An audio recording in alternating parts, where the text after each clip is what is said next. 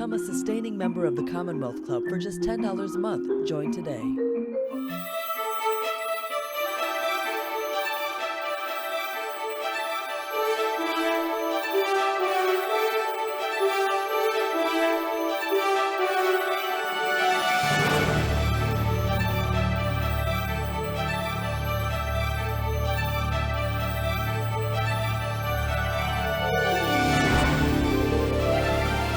Hello, everyone, and welcome to today's virtual program of the Commonwealth Club of California. I'm Sarah Abbasi, and I will be your moderator for today's program with Daisy Khan. The Commonwealth Club has, of course, shifted from in-person programs to virtual events, and the club is grateful for the support of its viewers. If you wish to make a donation to the club, please click on the blue donate button at the top of the YouTube chat box, or visit the club's website at commonwealthclub.org. I'd also like to remind you to submit questions via the chat room next to your screen, and I'll try to get to as many questions as I can later on in the program. And now it's my pleasure to introduce our distinguished speaker, Daisy Khan.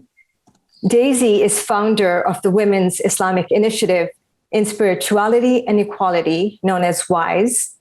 She is co-founder and former executive director of the American Society of Muslim Advancement, author of Born with Wings, and executive editor of Wise Up, Knowledge Ends Extremism. Daisy has devoted much of her life to fighting Islamophobia, increasing public understanding of Islam, and breaking down barriers between Muslims and people of other faiths. Daisy served for 18 years as executive director of the American Society for Muslim Advancement. She was celebrated as a bridge builder for promoting cultural and religious harmony through interfaith programs, such as Muslim Leaders of Tomorrow and the Interfaith Arts programs.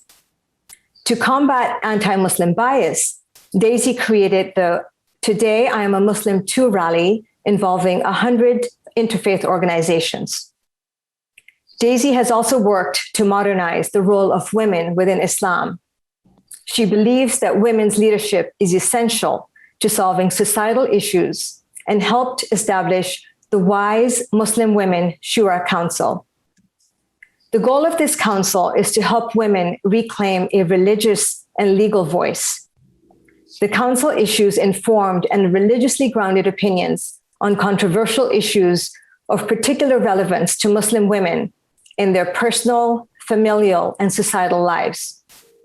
By advocating a constructive concept of women's status, rights, and responsibilities, Daisy believes these opinions function as legitimate alternatives to oppressive religious arguments. Daisy's awards and honors include the Eleanor Roosevelt Human Rights Award, Edinburgh Peace Award, and the Interfaith Center's Award for Promoting Peace. She's been listed among Time Magazine's 100 Most Influential People and was ranked among the top 10 women of faith leaders by the Huffington Post. Daisy plans to follow her 2018 memoir, Born with Wings, with 2 forthcoming books, 30 Rights of Muslim Women and Wise Up, White Supremacy. Today, we'll have an important conversation with Daisy about Islam and the advancement of Muslim women. Welcome, Daisy. It's wonderful to see you. Thank you very much, Sarah, for having me. And I also want to thank all those people at Commonwealth who are behind the scenes, who have made this program possible. Absolutely. Now, I recently finished reading your book, Born with Wings, and I think everyone should get a copy. It is so well written, full of wonderful anecdotes, and told with just such a great sense of humor. My first question to you is, what prompted you to write a book about your life? Well, it didn't start out that way. It really started out because I had been confronted by these common misconceptions about Islam and about Muslim women. You know, there's this perennial perception that women are oppressed and do not have the autonomy to live their lives separately from their husbands or the men in their families. And I knew, with the work that I was doing in the community, that this could be, not further from the truth. in Islam, all women and men have absolute moral and spiritual equality. So through my work, I had begun to meet a lot of amazing women who were on the front lines of creating change in their own communities. So I decided to set the record straight about Muslim women and who they were by publishing a book titled 100 Heroines of Islam.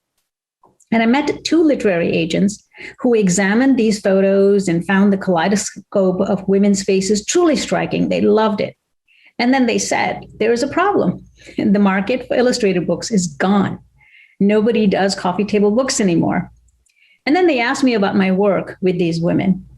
As I spoke about my passion for women's rights and the work I was undertaking around the world, their interest was piqued. So they asked me, had I written a book about my life? And I said, I could not imagine why anyone would want to read such a book. So they looked at each other, smiled, and then said, we would. And so the memoirs was born.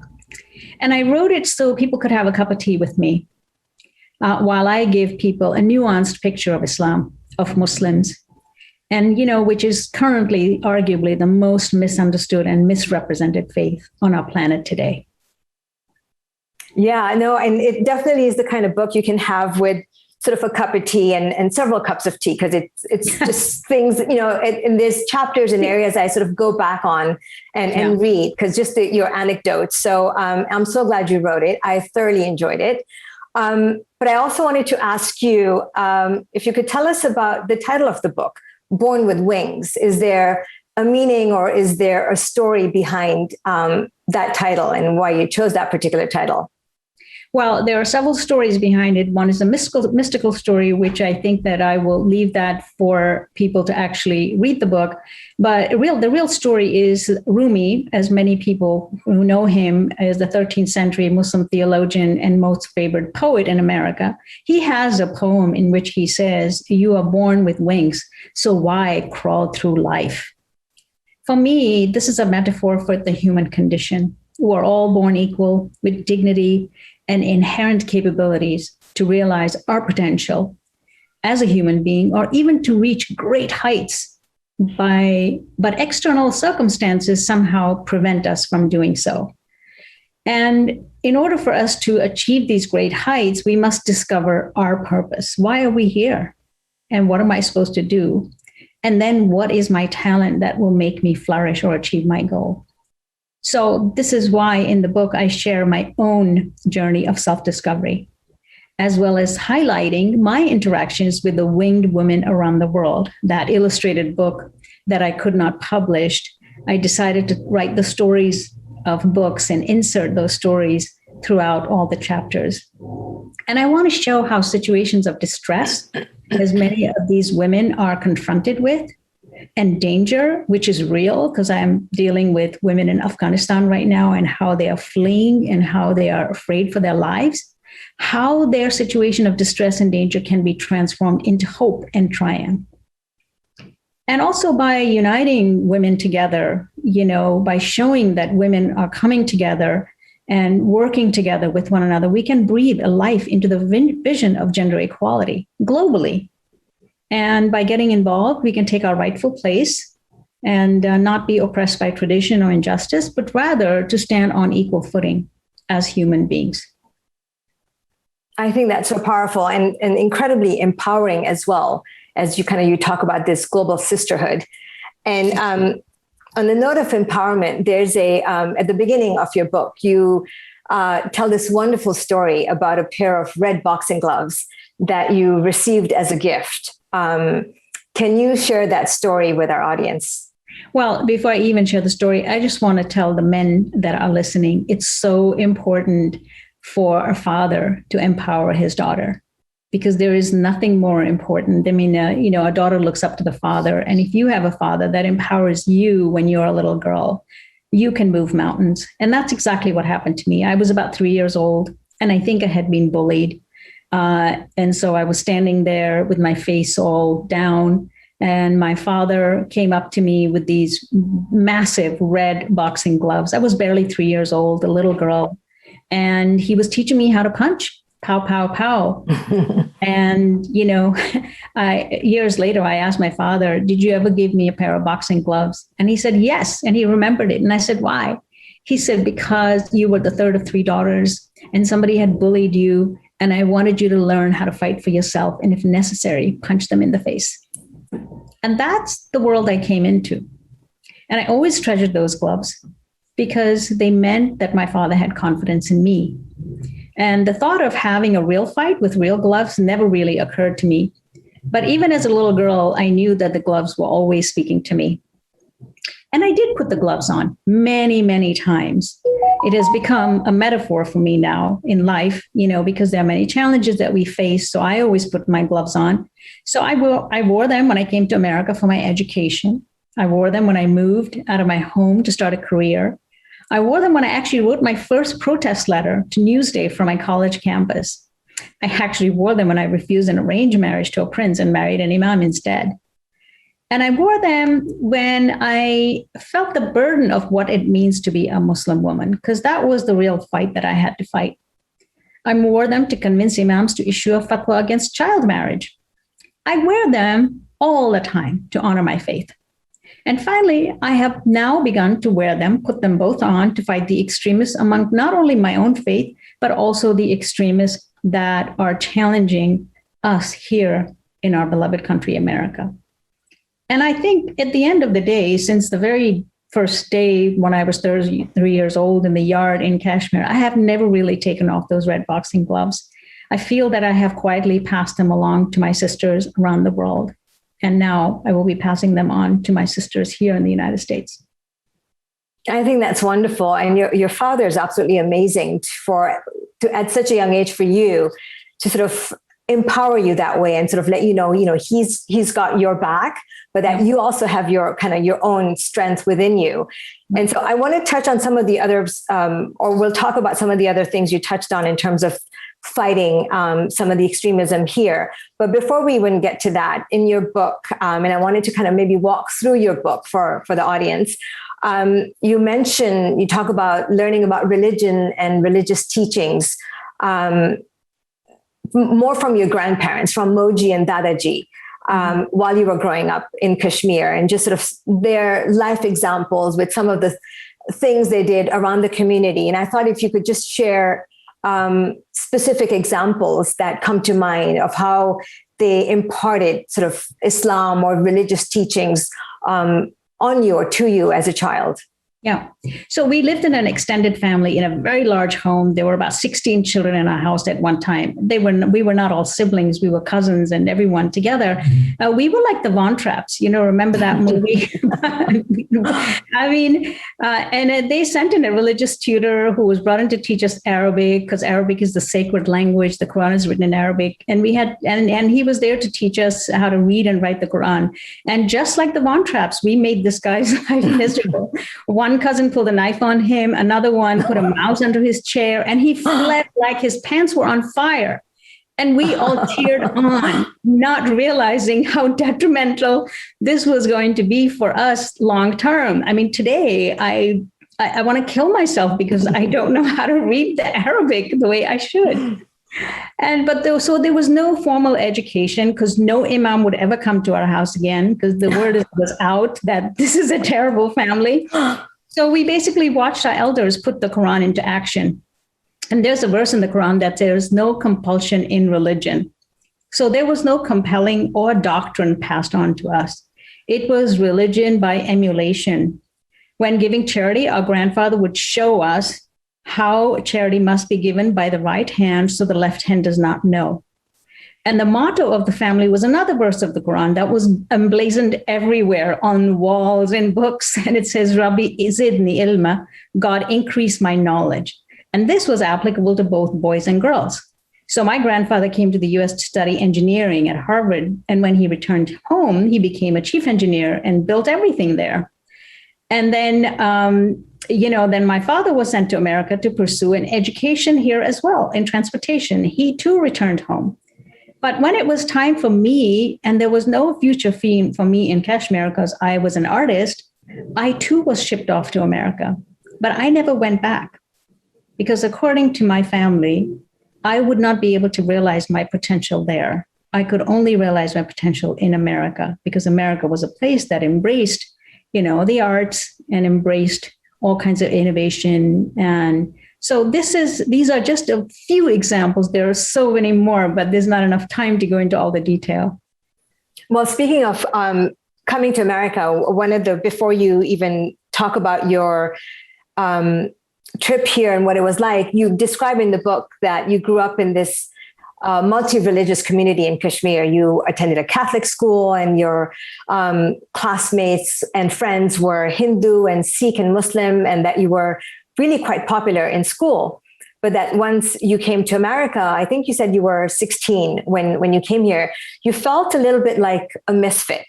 Can you share with us what that experience was like coming to America as a teenager? And then I particularly want you to share that story of your first day at Jericho High School and what it is, how you got ready for it, the shopping expedition and what you ended up wearing. And I think that's just so fun. Yeah. Well, with serious issues, we always have to break into some fun. I tried to inject these little stories into my book so people would see the humor in what it is to be a new immigrant in this country. People don't have the appreciation for what immigrants go through trying to acclimatize them to American culture. I was a prefect of an all-girls missionary school run by Irish nuns of St. Patrick's Order. Okay. I was a popular girl. I commanded respect. I was a captain of the hockey team. So when I landed in America in a 99% Jewish neighborhood, my aunt lived here. They were doctors. She had no idea what girls wore in school. So she took me on a shopping trip to Sears. And so we picked this 100% polyester suit, which was all print. And I thought I was going to look smashing in it. So when I walked into school, my first day wearing no makeup, because that's what we never wore makeup in school, with 2 long braids and 100% polyester suit, I was shocked to see that the other girls either looked like hippies in jeans, long, flowery skirts. They had big hair, just like as if they had come out of a disco party. And the boys wore torn dungarees and overalls. I knew I was in trouble right away. And no matter what I wore, I also realized I could wear a pantsuit or a paper bag. I was different from these kids. And that was going to be it, because I was the only Asian, I was the only Muslim, I was the only brown person in the entire school, actually the first immigrant who came to the school. So then Mr. Green, who was my teacher, pronounced my name, Farhat, out loud. And I stood up to respond to him as I had done in Catholic school. Meanwhile, the rest of the class were lounging in their seats. Many of them seemed half asleep or stoned. And there I was, standing up straight and saying, "Yes, sir," as if I was in a military academy. Everybody started snickering when they heard my name. "Why is she standing?" "Oh, she's some new girl." "Where did she come from?" "What's her name?" "Farhat." "Oh, no, she's far out." And then people started saying I was far out. And, I'm a popular girl back home. So I'm not a far out girl. So Mr. Green jumped out with his threats. If anybody in the class made fun of me, he would throw them out of class. The teasing ended, but I vowed to use my nickname, my given nickname when I was a child. It was Daisy. So I put everything to rest. But more important than that, I joined the hockey team because I was goalie. I mean, I knew how to score goals. And, when I scored goal after goal and I took the dismal team from being nothing to winning the county, I was, hailed as a hero. And I realized that through sports, you can do a lot. But years later, I was invited, I was inducted into the Hall of Fame. And when I walked into the school in the auditorium, I was stunned at what I saw. 65% of the student body was not white. They were Asians of all, denominations, and American Blacks. And, they were all, and a lot of the people had their own traditional names. They didn't have to change names like I did or drop their official names. Oh, that's wonderful. What a change. Very big. I was very pleased to see that. Yeah. Now, and Mr. Green sounds amazing. And I think he asked you to give your first talk. So you gave your first sort of official talk on Islam to your high school class. I think when you were 16. Tell us about that experience. And do you think that particular experience of sort of presenting on Islam and looking at Islam as sort of in a completely different way set the stage for your role as a spokesperson for Islam? Yeah, I mean, for a social studies teacher, I was a true specimen. I mean, he loved the fact that there was somebody from over East. So he inquired if I was Muslim. When I replied yes, he asked me if I could tell the class about Islam. I mean, how many 16-year-olds know anything about Islam? We are talking about pre-Google, pre-internet. And I told him I had no idea what to say, but he was persistent. Why don't I study up and come prepared for the class, he said. And so, but then there was something that was ironic. The same thing had happened to my grandfather when he was at Harvard. He had been asked to do a presentation, and he discovered Islam in the library at Harvard, which was a very extensive library. Fortunately, his love of Islam resulted in him writing a book called The Kashmiri Muslim, which was an excellent resource for me. So I lifted the whole section of the 5 pillars of Islam and the beliefs of Muslims and the basic tenets. And here I was, standing in front of the class, talking about the basic tenets of Islam to a largely Jewish kids who knew little about their own religion, much less mine. At first, I was nervous, but as I was speaking, I felt as if a switch had been flipped inside me. Basic as it was, my little talk gave me a sense and control of leadership. And once again, I found myself at the podium, and my classmates were intrigued, not so much about Islam, it seemed, but about my life. I was no longer the odd kid out, the girl people were pointing to, as I was now part of the conversation. And my 16-year-old self, who was just beginning her journey, was guided by a path paved by my grandfather and his cherished books. And I realize now that the power of the family motto, knowledge, increase me in knowledge, was actually going to become my set of wings that I would lean on throughout my life. Decades after my presentation to Mr. Green's classroom, he and my school community would rise to defend me during the Ground Zero mosque controversy, which I was part of. I was one of the people that proposed it. And I had to wonder, if I had not shared my beliefs with my teachers and my fellow students when I was in high school, would they have had the exposure that ultimately led them to understand and support me when so many people were rising to judgment? So, at that point, I thought I was just representing me, but something inside of me made me realize that I was going to be an ambassador. And this is a role many Muslims play today. I know every Muslim that has the same story, how they were asked to rise up and speak for people and speak for the community. So this has given rise to many Muslims who are civically engaged, who are running for politics, who are public speakers. So this is just not my story. It's the story of Muslims in general. No, that's very true. And I think sort of that might have been sort of your first presentation or official public presentation. But then you write about later on, many years later, while you were working in New York, you became frustrated by how Muslim women were portrayed by the media here in the US. And I think you mentioned that at the beginning of this sort of conversation as well, that Muslim women are often shown to be passive, subjugated, but yet that has not been your experience or the experience of many Muslim women that you know. And so in your book, you write that as a result of that negative portrayal of women in the media here, you were motivated to learn what Islam's view on women really was, sort of not just sort of your lived experience, which is powerful and phenomenal, but I think it encouraged you to research into it, and specifically the role that Prophet Muhammad played in Islam's early history as a protector of women. In your book, you highlight the fact that the Prophet abolished female infanticide. He established women's rights of inheritance, of property, of divorce. What was the most surprising part of that research when you did do that research in New York many years later? Well, the surprising part for me was, first of all, the part that I have to be grateful for. A lot of times we think that we are a community that is challenged. And in that challenge, we actually wind up growing. Had Americans not asked a million questions of me after 9/11, we were peppered with questions all the time. I mean, there are now every NGO that I know that has any legitimacy in the Muslim community has frequently asked questions, and they are usually the same old questions that we get fielded. And so we have to do our own research because we have to speak to our fellow Americans and we have to explain these things.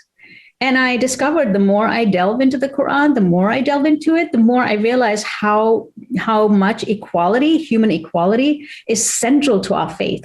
I'm not just talking about men's and women's equality, but really, human equality in terms of the Quran says, I have created you nations and tribes so you may get to know one another.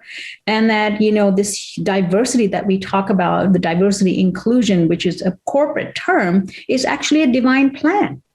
And so for me, that is exciting because that's the worldview that I was raised in. And that's the worldview of America, right? From the many to the one, or from the one to the many.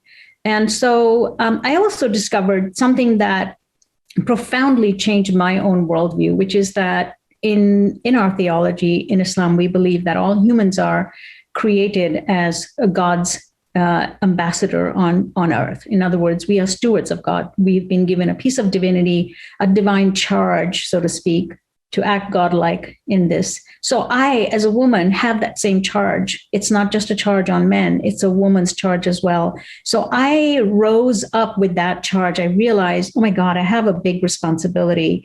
And I was able to stand taller and bigger because now I was discharging something that God required me to do. I was not just doing service. I was doing a charge. I have a charge. So that really opened my pathway to taking my activism very seriously because it's a tall order. Certainly is. Now, was that sort of the research into it and feeling sort of this charge, the motivation behind the launch of ASMA? I think you launched that in 97.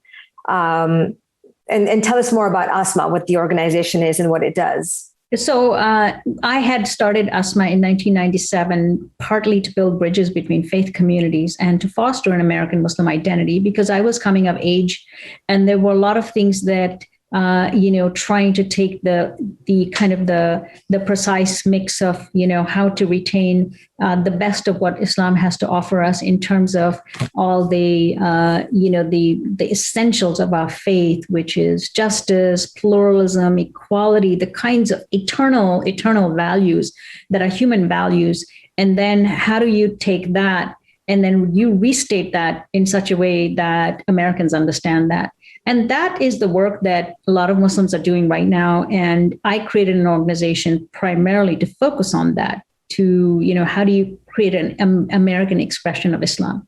Not American Islam, but an American expression. It has to do with how do you conduct weddings? How do you, how do you do your birthrights, which is slightly uniquely different in every country because we are products of our cultures and our customs. So that was the reason for that organization. I stepped down from that organization to primarily, start WISE and focus on WISE. But that was, the organization was created to build bridges between faith communities and to foster an American Muslim identity for the next generation. I think that's great. Also in your book, there's a powerful and decisive moment that you talk about in your life that took place after you gave a talk on Islam after 9/11, and you were asked a question by an audience member that made you rethink your career choice. Basically, her question prompted you to quit your job in corporate America. Can you tell us what that question was and what you decided to do, as a result of it? Yeah, so just so that people understand where I was coming from, I did work in the World Trade Center towers for about 3 years. I was on the 106th floor, which is the topmost floor. I was not there during 9/11. I was there before 9/11. And so after 9/11, Imam Faisal, who was doing all his speeches, I was kind of the tag along person trying to help him because I had a corporate job. I was working. I was a full-time architectural designer.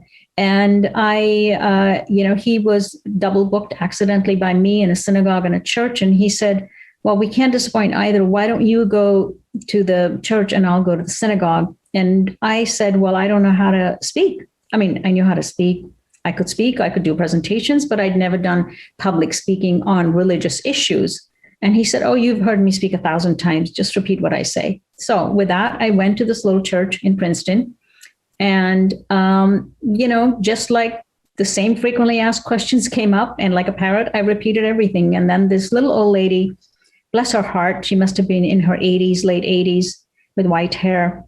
She asked me the question about women in Islam, and I answered her question. And I said, women have been granted the right to divorce, to own property, to inheritance, and all the things that, people do not know about. And then I said, well, she looked at me and she said, I believe you, dear, but can you tell me why women in Afghanistan are being stoned to death? Because that was the image that was circulating around, where a woman was shot in a soccer field while the men were cheering on.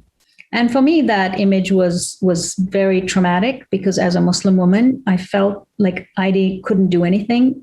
I was living so far away. I didn't have specific, wherewithal. What can I do? And then she just asked me that next profound question, the life-altering question. And she said, well, dear, just tell me, what are you doing about it? And that, what are you doing about it, really stayed with me. And as I drove home, I wondered why I was giving my time to corporate America. I could be replaced in 2 seconds in corporate America, but my community needed me. My community needed my skill, because I was very skilled at developing things and creating things. And, I was an architectural designer. I knew how to plan. I knew how to implement. I had a lot of skill and a lot of energy and a lot of motivation. And I was passionate about my faith. And I had gone through a whole spiritual journey, and I was primed. I was ready. And I quit cold turkey, my paycheck and everything. And I dedicated myself full-time to community development, not knowing what shape it was going to take. I was just ready for whatever was coming my way. I think that's great. That's remarkable and commendable. So thank you for doing that. Using faith as a way to sort of, as an argument to fight for women's rights. You mentioned that in your book, and you said you were inspired by how the suffragettes had used faith-based arguments to fight for women's rights. I didn't know that until I read your book. And you're doing something similar with WISE. Can you tell us about that? And then tell us about WISE, the organization, and the impact that it's had on the community. Yeah. Well, so, it's first I discovered the suffragettes, and then I discovered that there are actually pre-suffragettes in my own faith. So it was interesting. I had to go through the suffragettes first to do a rediscovery of people within my own faith. So it was devout Christian women, Black and white together, driven by their faith in a just God that not only challenged inequality against women, but also the practice of slavery itself. They don't get enough credit, but they were the ones who were knitting these little, pot holders and distributing them. There was no email in those days. They were then passing in the lawn from kitchen table to kitchen table. And they were doing these immersion therapies, like what would it be like to be a slave and lose your children and be separated from your family? These were devout women. And they wrote the statement at this first anti-slavery convention that reads as follows, that really had a profound effect on me. And it says, the time has come for women to move in the sphere which God has assigned her, and no longer remain satisfied with the limits of corrupt custom and perverse application of scripture that has encircled her. And I thought at that time when I read that, and I said, oh my God, I could write the same exact statement for the women in my community and what they're going through. And then I discovered, doing some more research, that actually before there was even a United States, around the year 640, when Prophet Muhammad was receiving his revelations, his wife, Salama, who was quite bold and outspoken, noticed that God was only addressing men in the revelation. So she asked him, why does God only address men in the Quran? Because these revelations were coming down gradually. And the prophet remained silent. He had no answer because he didn't know. And her question was so sincere that it reached literally the divine throne. And God sent another revelation to her query. And so validating women's equality forever. And it's called verse 33, 35. It's a very important verse for every woman to know, because it's, and it's also very profound, because I don't know if there's any other scripture that has such a verse. It says surely the submitting men/women, the believing men/women, obeying men/women, truthful men and women, patient men and women, humble men and women, almsgiving men and women, the fasting men and women who guard their chastity, and the men and women who remember God. For them, God has prepared forgiveness and a mighty reward. This is very profound. And so it's no wonder that from the earliest days of Islam to contemporary times today, Muslim women have built this rich legacy of fighting for their rights, creating change, and uplifting their communities. And they have an impressive record of peace and justice through service and advocacy. So this is what needs to be illuminated today. And this is why I established WISE as a faith-based movement to transform the position of women from within the Islamic faith and its tradition, because it's there already. And we do this by collaborating together as women and supporting the work of Muslim women leaders worldwide. And we started this in 2006. We brought 200 amazing Muslim women scholars, activists, artists, religious and civil society leaders who joined together to develop a holistic vision for improving the position of Muslim women around the world. And we've had global conferences. We've got 7 evidence-based position papers. We have the largest database of 600 influential Muslim women from the earliest of time to today on our website. And we implement impactful projects in conjunction with our partners. And there's so much more to talk about, but there's not enough time to go into all the details. I think that's fantastic. And it's such a terrific resource for the Muslim community and even beyond. And it's definitely something I want to spend some time on and check out. Now, at the start of the program, I mentioned there's another book that you are coming out with, the book on women's rights in Islam. Can you tell us a little bit about that book? So this book is a culmination of all the previous statements that we've done. And it really got started because I had a young intern who came into my office who had run away from home, and she was Bengali from Bangladesh, and she was very smart, a straight A student. And she confided in me that the reason why she'd run away from home is because her parents were trying to get her married, to somebody overseas, a cousin or somebody, and at a young age. And she didn't want that. She wanted to pursue her education. And so she challenged me. She said, "What is WISE doing about this?" I said, "What do you want WISE to do?" She said, "I need information on my fingertips when I'm looking for information. I couldn't find anything on the net. There were so many places. Why isn't this information compiled in an easy to find way?" And so I realized that as an organization, as a Muslim women organization, I have an obligation to do that. So that was the idea behind that. And then in addition to that, I've been hearing from my Afghan sisters that Taliban is coming to power, and they want to strip women of their rights, of their God-given rights. And the rights that they have gained over the last 20 years through the US engagement and in the Constitution, those rights are up for grabs right now. They might be completely reversed when we exit in September. And they have asked me to write very quickly, please complete this book, add all these rights in there. So my personal quest for truth always leads me back to the Quran, and I find a lot of answers there. And then I also find that Prophet Muhammad was the feminist of his time. And, this little factoid was mentioned by Gloria Steinem on Bill Maher's show when she said Prophet Muhammad was a feminist. And I remember watching him nearly falling off his chair. And so the truth remains that the reality of Muslim women is actually very different from country to country. And here in the United States, just in the last less than 9 months, we've seen 20 close to 20 women, become elected officials. We have people in the White House, and people are really realizing their full potential. But then in some countries, women's reality does not match what is granted to them in the Quran. So we have to demand that women's voices be at the forefront of debates about our roles, responsibilities.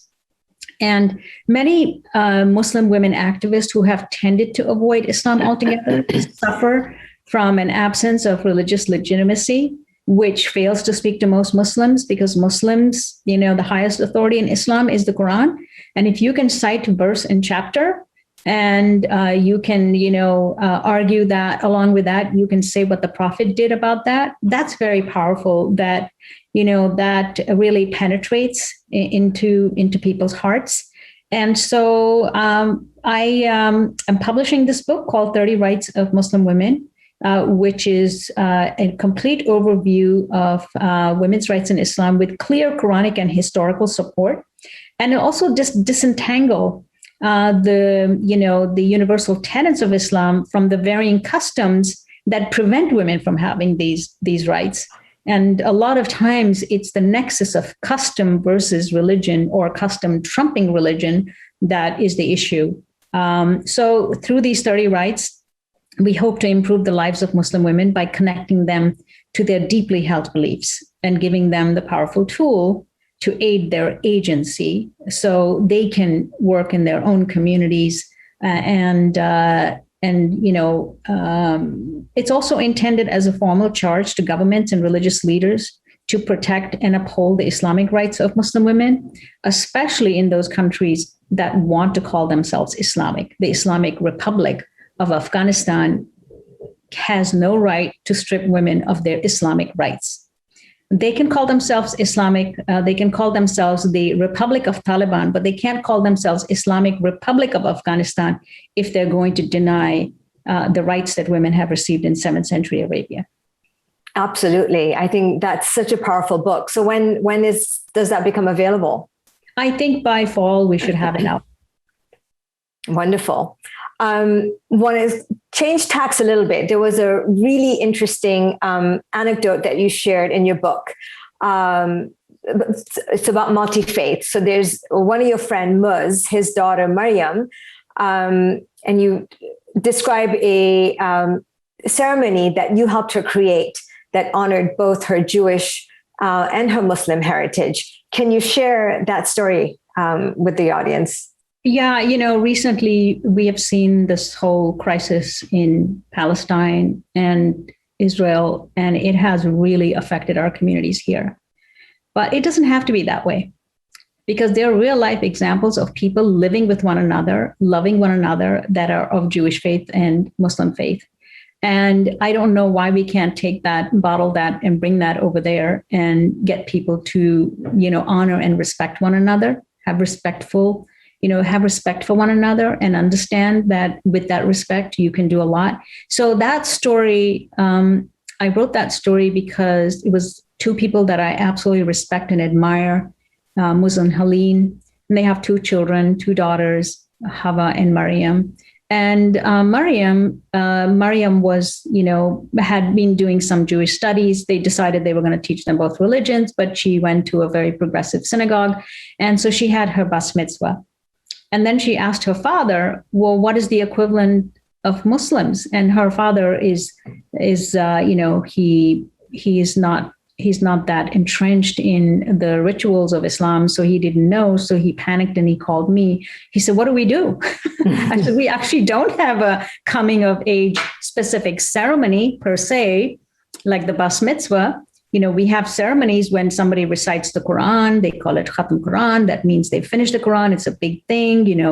There's a party, there are gifts, and there's, it's a beautiful ceremony. But so we had to create a special ceremony for her, because Maryam said, literally, she took her hand and she went like this. She said, I'm half Jewish and half Muslim, and I have to have something of both.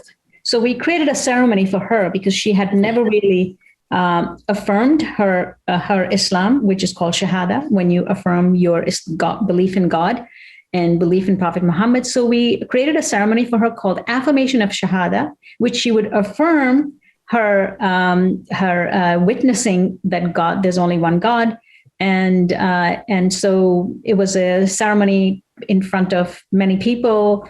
We gave her a prayer rug, we gave her beads, we gave her a locket with, the throne verse, all the things that somebody needs. And now she, feels she's fully Muslim and she's fully Jewish.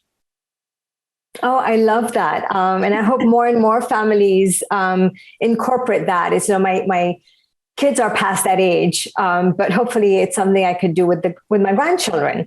The affirmation of the Shahada, I think, is just absolutely beautiful. And anybody can reaffirm it. You can do a little ceremony of reaffirming your Shahada.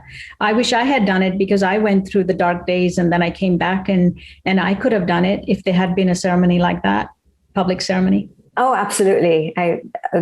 So many different ways to celebrate. So yeah, I love that. I wanted you to share that with the audience today. Now, you also talk about officiating multi-faith marriages along with the activities of other activities of a religious leader.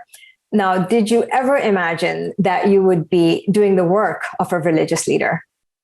As I mentioned, when I took on this charge, I had no idea what would be thrown at me. So I never really go in there with a desire to do anything. If my community needs me, I try to step up. If there is a gap in my community, then it is my responsibility to fill that gap. And there was a big gaping hole in our community where certain imams would not conduct certain kinds of marriages, or they insisted on things being a certain way. And it meant that those couples that are struggling with this issue would walk away and they would just have a civil ceremony. They would not have a sacred ceremony, or they would not be under the shade of God. And it's really important for me that everybody feels, even if they are secular and they're barely religious, feel that, the God's hand is on them. So I do this to bring people, to interject God into their life in that very brief moment, in that very important moment, right? Marriages, birthrights. And once they have properly married within, the guidance of Islam, then eventually many of these couples call us and say, we now have kids. What should we do? Where do we go to Sunday school? What do we teach our kids? And that's the next level. And I feel that these couples are walking ambassadors for both our communities, and they do a tremendous amount of work, and they are great ambassadors. And we should not push them away. We should, bring them in and enhance their spiritual life. No, that's wonderful. So now you have, in addition to the 30 Rights of Muslim Women, you've got another book coming out on white supremacy. Can you tell us about that book? Yeah, some people say, oh my God, a Muslim woman is writing about white supremacy. I tell people, just because I'm a Muslim woman doesn't mean I'm not an American, I'm not a patriot. At the heart, I've adopted this country. I was not born here, so I don't take this country for granted. I came here when I was 16. I took my oath of citizenship. I said that I would defend this nation, and that's part of me is now the big boxing gloves are out again, because white supremacy supremacists are misogynists, they're Islamophobic, they're anti-Semites, they're anti-egalitarian, they're anti-revisionist. There are so many strikes that, from my vantage point, that are against them, that I have to fight them at all these levels.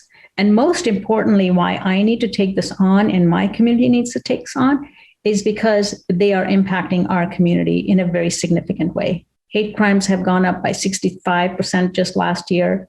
And, you just saw what happened in Canada, where an entire family was mowed down.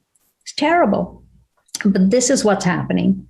And in the aftermath of the siege of the United States Capitol, also, an urgent conversation is now taking place among the public. It has sparked this conversation here. And, as Americans, we are becoming increasingly divided, and white supremacy can no longer be ignored.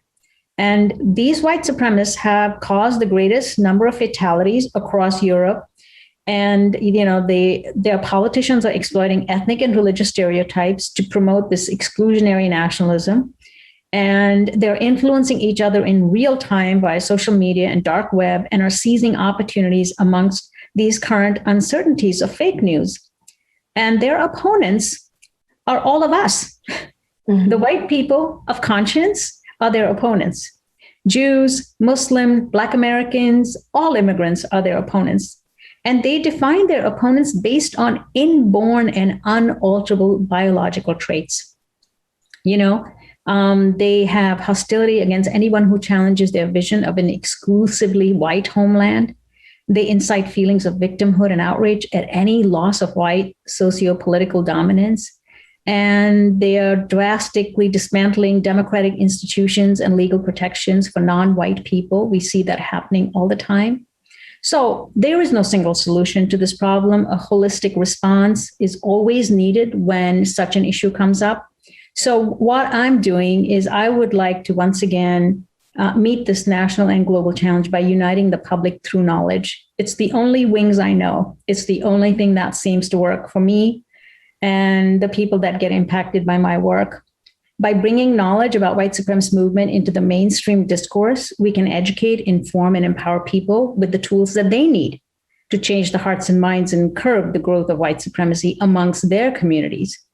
And it's really important as a Muslim. Now, I'm speaking as an American Muslim who has gone through, 9/11 and post 9/11 and how our community was confronted. We must never lump all white people together in with the white supremacists. It's offensive, it's counterproductive, it burns bridges, and it allows these extremists to divide us by playing on our worst fears. And I believe it's time for unity of purpose and unity of achievement, a practical unity where we all come together and so we can build a better future for all of us. No, that's great. And I look forward to that book, and a really, really important book as well. So thank you in advance for that. So I'm going to now turn to the questions from the audience. Quite a few have come in. The first one here is, what are the greatest misperceptions that you think non-Muslims have about Islam? And what can media do to correct these misperceptions? So the most common misperception is that somehow Islam is linked to terrorism, or Islam is inherently violent. This is a gross mischaracterization of Islam. It is completely false. It is wrong. And it would be like saying, all white supremacists are, that they believe that, I'm just making an analogy, are all, it is somehow based in Christian thought. ISIS and people, Daesh and other groups who exploit Islam and actually weaponize Islam to meet their political goals, just like the white supremacists are weaponizing Christianity right now. So that is one major flaw. And I have asked the media, I do it, and every Muslim organization I know does it, that Islam permanently, the Islam, the religion that we practice, has to be delinked from the activity of the terrorists or what the terrorists do. They're terrorists. Here, Islam is a religion. So the other falsity, which hopefully will get clarified with my 30 Rights book once people read it, and a lot of my researchers that are doing the research with me right now on this book are saying they can't believe how Islam honors women and respects women, and if you just understood it. So the second one is that somehow women are second-class citizens or don't have the same rights. It's just not true.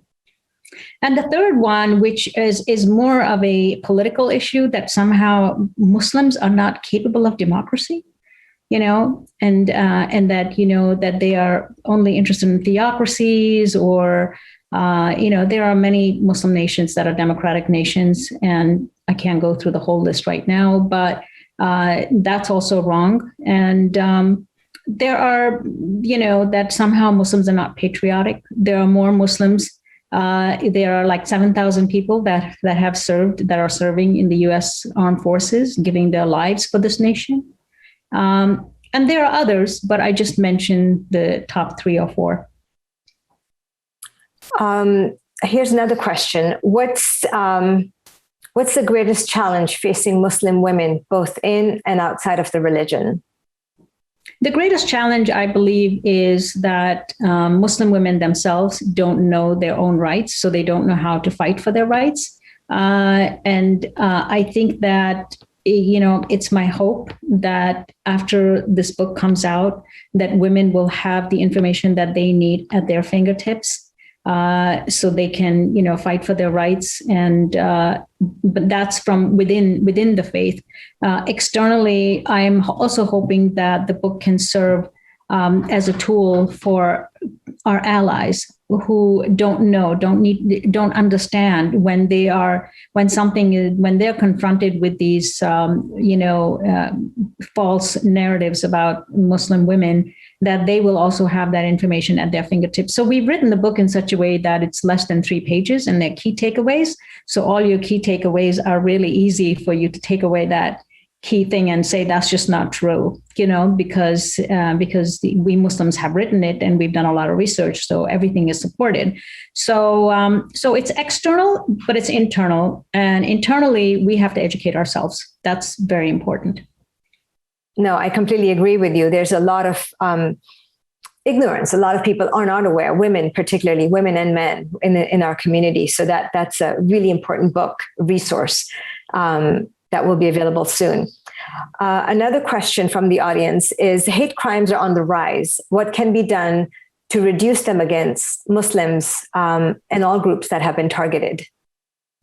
So I think that, Americans are not aware that majority of us who are confronted by hate crimes directly, like the Jewish community, the Muslim community, the African American community, the Asian community, know these statistics, but majority of Americans don't. In fact, they don't even know what's going on.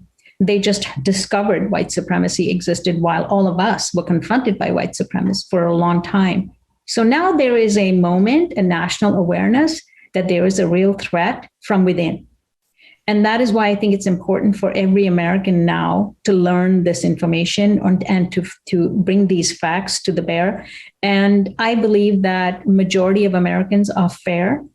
They're good people. And if they receive accurate information that they can act upon. So a lot of times white supremacy, operates within, they seize on people who are vulnerable. So you have a vulnerable individual who is, for mental reasons, for societal reason, familiar reason, all kinds of reasons why people become vulnerable to a recruitment by these people. And then the families don't know what to do about it because it's almost too late. And you're seeing these kinds of stories on CNN where somebody's interviewed where they have lost touch with their parents because their parents have fallen into white supremacist groups, and it's breaking up families. So it's my hope that through the book and through the trainings that we plan to do around the country with target groups, that we can start spreading this information so people can actually act upon it themselves at their local level and educate one another. It all starts in the family, at the kitchen table, and then within the community. It's community to community, people to people. That's where the work is. The law enforcement can't root it all out. And legal means are only good when a crime has been committed, but you can actually do early intervention and catch this thing early when you see vulnerability within the community. That's when we need to act upon it. So true. Here's a related question. Should understanding of religions, and I think they meant should religions be taught in school at an early age or early level? And would this reduce hate crimes or misunderstandings? I'm a big proponent of that only because I've had experience with that. So because of the pandemic, I was invited to speak to a school in Long Island, which is, one of the suburbs. It's not a suburb. It's an island off of New York City. And, they decided that instead of having one class that because all the counties could be brought together. So there were like 700 students there online, mostly watching through Zoom. And they asked 6 religions to come in and do a presentation, like a 10-minute presentation on the essentials of that religion. So I was asked to present Islam, and I had somebody from Sikhism, Hinduism, Buddhism, Christianity, Judaism. I mean, we were all there, and we just did our 10-minute, fast presentation. And you should have seen the evaluations. The kids said, "Oh my God, religions are so cool. They're so great. They all say the same things. We want to learn more." There was all this interest, and some people even wanted an internship. Yeah, it's why shouldn't we equip children, especially if it's taught, if all religions are taught equally, like if they get the essentials of the faith. And I think it's important. I don't think that we should just do a cursory social studies, one course on something. It's too late. I think we need to get them when they are young. And these are the kids then who can prevent a hate crime from happening or a bullying from happening within the community, because in our presentations, we showed them what a hijab is. What is its significance? If somebody says Allahu Akbar, how is that equal to glory be to God? These are things. People become sensitive. They understand. These kids need to know what the symbols are so they can fight for one another. And I think that in the school is where this work needs to be done. I think that's so important, and especially the part where kids think religion is cool. I don't think you get to hear that. Well, I just want to add one more thing to this. So this was actually told to us even in Afghanistan, because the book that we are rolling out on women's rights, I was told by a madrasa teacher. Madrasa is a school, an Islamic school, a principal of a madrasa. She said, "I don't want to wait for this book I don't want to wait to read this book when I'm in my 20s. I want my girls to read this book when they are, from 9 to 16. Because imagine a girl reading about, about what the Quran says about her right to education, and how a Quran does not, promote child marriage. And when she's, her parents are trying to get her married, imagine how she can stand up for her own rights. So as a result of that, we are doing a preteen book, which is going to be an accompaniment to that book. So it's important because teachers recognize it, educators recognize the importance of this. Absolutely. It would, in a way, be you're giving them the red boxing gloves. Exactly. You're passing that on. They need to have their red boxing gloves. Exactly. Yeah. Here's another question. Can women become imams? Yes and no. Yes, meaning there's nothing preventing. We are not ordained. We're not an ordained religion. Nobody ordains you. If a community says to you, I want you to be my imam, you can. And that's what's happened in many places. People have appointed their own leaders because Islam is a very democratic religion. Everybody can be, their own leader. Every mosque has its own leader, its own board of directors.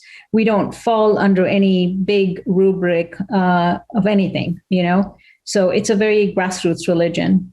So the short answer is yes. If a community appoints you, yes, you have legitimacy. The no is that's what people will tell you. I'm not saying that, because in some ways, although I'm not an imam, I've done a lot of things that imams do, right? Like you asked me that question about, being a religious leader. I mean, I've conducted marriages. I've done, burials. I've even led prayer for women. I do the call to prayer. I've done a lot of functionary things. I've just not delivered a Friday sermon or done a Friday prayer. But if a group of women asked me to do that, I could do that. There is a mosque in California that does that. They created a women's mosque because they were not welcomed in multi-gender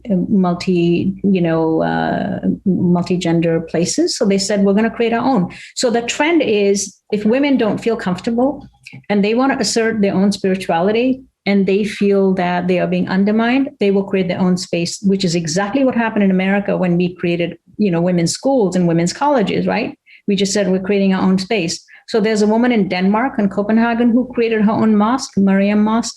This woman, it's happening everywhere. It's a new trend. That's wonderful. So my final question is, what an incredible journey you've had so far. What is next for you? Well, I think that the red boxing gloves are out. because we have a lot of work to do on many fronts. And, my work is no longer just, the work I'm doing with women around the world. My work is here in the homeland too. Because if this homeland comes apart, and we have seen this in the last 4 years of what it did to the world, when America comes apart, and the world comes apart, because we're still the superpower in the world. So we have to keep our home base safe, and we have to create peace in this country. And then we also have to, in tandem, work with other nations, because there are so many people looking to connect with one another, to create a different third way of doing things, not the usual way of doing things. So my plate is full, but I'm always open to anything else that somebody throws my way. So I believe that from my own spiritual tradition, I think that I'm just a container. And if God wants to send something my way and make space in my life for that, I will accept that. So I don't have any real grand plans. I just go along with what I think is necessary at that moment and what I think my new charge is. And that comes, it shows up. It has a way of showing up. Well, that's wonderful. Thank you. Thank you, Daisy, for making the time for this important conversation, for sharing your insights with us. It was a pleasure to have this conversation with you. I'd also like to thank all our viewers. Thank you for taking the time to be with us today. I am Sarah Abbasi, and thank you, everyone, for joining us. And thank you for having me, everyone. Bye-bye. Bye.